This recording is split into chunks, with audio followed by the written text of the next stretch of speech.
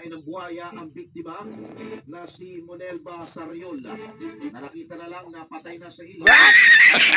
Sugat sa katawan. Ang ibang anggulo na tinitingnan ng PCSDS ay mistaken identity lamang. Ang sarap ng tulog ng Totoy Koy. Ang sarap ng tulog ng Pututoy. Ang lugar na iyon ay teritoryo ng mga buhaya. At may ilang insidente na rin ng